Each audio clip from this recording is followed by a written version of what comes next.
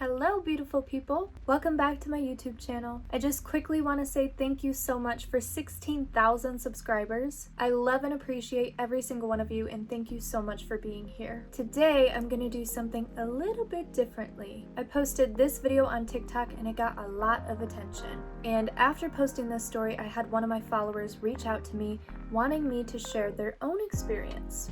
I kind of like this idea. If this is something you guys are interested in and you get to the end of this video and you really like it, please let me know what you think in the comments. Of course, I have many of my own creepy experiences, but I'm kind of liking this idea of sharing your guys' experiences as well. So let me know in the comments, and if you guys enjoy it, I'll start doing more videos like this. With that being said, let's get into it.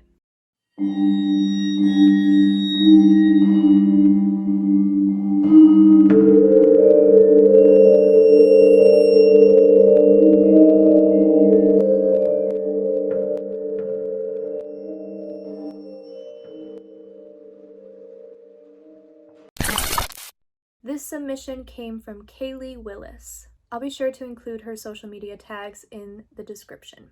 It all started with my maternal grandmother. That's the most important element to these stories. Back in the late 50s, early 60s, when she was a teenager, she started dabbling in dark magic. It all started off pretty innocently until she got a hold of a Ouija board.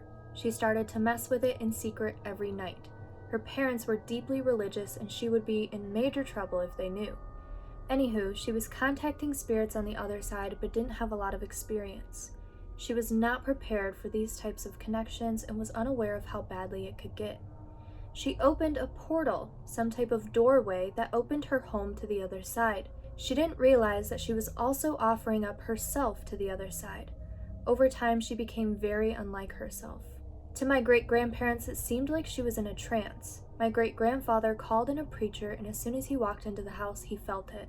Without asking, he walked right up to the stairs to my grandmother's bedroom and said, "This is where it is." As he got to work, it came to his attention that my grandmother was not acting normally. He immediately started praying over her and performing pretty much an exorcism. He told my great-grandfather that something extremely dark and powerful had taken over her and was using her as a vessel. After he finished with her and she was resting, he started cleansing the house. He told my great-grandfather that he was going to have to offer something up in penance for what happened, but also use it as a means of protection. It had to be something valuable, so he drove out to a cornfield and buried $100 deep in the field. In that point in time, that was a lot of money. In a sense, he was offering $1 for every person in his family, future generations and all, to be protected. Things seemed to go back to normal, but over time, weird instances started occurring, most of which have occurred in that house. For example, when my mom was a child, she woke up one night to a dark, shadowy figure literally sitting on my aunt. My aunt was suffocating from it. My mom put her hands on my aunt and started praying, and the figure went away. Over the years, in old home videos, you can see a tall, dark, shadowy figure hanging around in the background.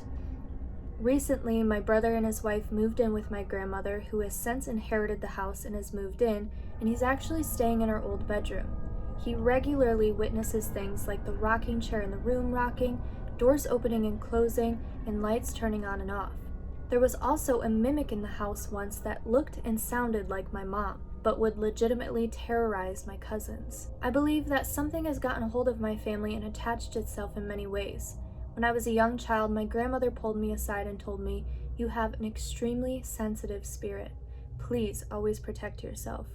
I had no idea what that meant at such a young age. However, not too long after that conversation, my sister, who was 3 at the time, would regularly wake me up in the middle of the night sobbing. She would whisper over and over again, "Stop staring at her. Stop staring at my sister." This would escalate until she would be in hysterics and would be screaming. My parents would run in the room and ask her what's wrong, and she would just say, "He's back and he won't stop staring at Kaylie." At first, my parents thought it was an imaginary friend until one day my siblings and I were at school and my dad was at work. My mom was home with my little sister. My sister kept saying, "Go away, she's not here," talking about me. So eventually, my mom asked my sister who she was talking to. My sister said, "He's a really tall man. He follows Kaylie."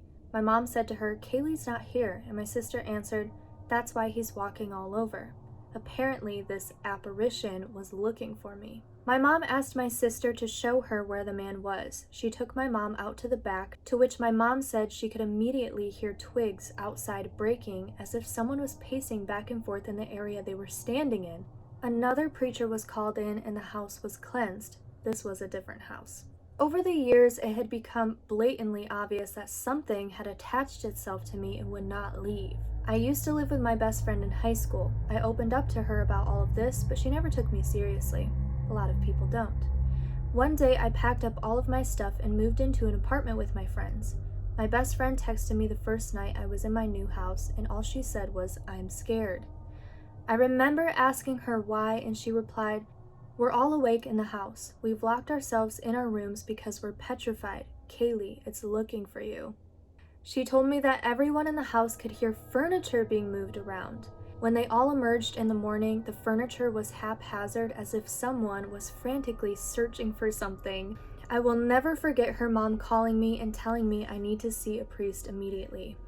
A few days later, my boyfriend at the time and I were arguing in my bedroom when we heard someone come up the stairs. We assumed it was my roommate until we heard the heavy footsteps in my room. It sounded like a man was in my room and walked himself into the closet and sat down. Later on that night, I woke up and suddenly my boyfriend was gone. I called him and asked him where he was, and he told me, "I didn't know what to do. I was scared, so I just left and I'm going for a walk." I woke up and I swear to God, I saw a man in the closet just staring at me. I remember being so scared because he just left me in there with this man. Needless to say, we are not together anymore. My roommates at the time would tell me they could hear frantic pacing around in my bedroom whenever I left and went to class. Once, I left and went on vacation, and my roommate texted me and told me that she didn't feel right. She invited family over so she wouldn't have to be alone. At one point, she went into my room to retrieve something and said she saw the figure of a very tall man in the corner facing the wall, frantically shaking his head. No. No. Oh my God. Her family woke her up in the middle of the night and told her they had to leave because they couldn't handle the pacing and the doors opening and closing on their own. Another time, I had left to stay at my dad's, and my other roommate woke up to the man standing over her and staring at her. I would regularly sleep in bed with this roommate. All she could say was, "She's not here," to which he silently walked out of the room. When that lease was up, we moved into a whole new apartment. I would be grading papers, I'm a teacher, and the closet door would bang open and the light would be on. I would get up, turn off the light, and shut the door, and it would happen again. One night I was out and about with my family, and my roommate called me and asked if I had been home. I told her no. Apparently my bedroom door was wide open, but I always keep it shut. All the lights were on and the house was a mess. My roommate's boyfriend at the time laughed at us and told us he didn't believe in paranormal, until one night he was in bed with my roommate and her bedroom door violently opened and hit the wall so hard it left a hole. In the middle of the night, her door would slowly open and the kitchen light would flip on. Her room was across from the kitchen, and she and her boyfriend could hear the front doorknob jiggling. One night, they both came into my room and slept on the floor because they said they saw someone standing behind the tapestry in her bedroom. My boyfriend and I would regularly wake up covered in bruises, me more often than him. I swear they looked like handprints. Finally, we called in one of my friends to smudge the house because we couldn't take it anymore. It took way longer than usual because the flames on the candles would suddenly blow out and our sage would stop burning out of nowhere. Something else to mention too is that my second roommate never had any issues with this spirit. She would hear pacing around when I was gone. She had witnessed the things that were happening to the rest of us. However, she was not targeted like my other roommates and I were. Her doors would not violently slam open and lights wouldn't turn on and off in her room. When we were smudging the house, we went into her room and had no issues with the sage or candles. It's crazy because we looked in her closet and found a cross scratched into the wall. No. And during that time, right before we had smudged the apartment, I drove all the way out to the spiritual camp to meet with a medium to get answers. Before my meeting, I walked into a gift shop to kill time. As soon as I walked in, the girl working walked up to me and said, "Oh honey, you are being abused by something, aren't you?" I remember being so shocked I could literally only stare at her. She pulled me in for a hug and said, "Politely ask it to leave. It will stop hurting you and tearing up your home." I cried so hard that I left afterwards and never even saw the medium. So, needless to say, every single person in my family has had multiple encounters with paranormal, and I believe it all ties back to my grandmother when she was a teenager. I don't even know what to say. I am speechless right now. That is terrifying. Well, I think that's enough for the day.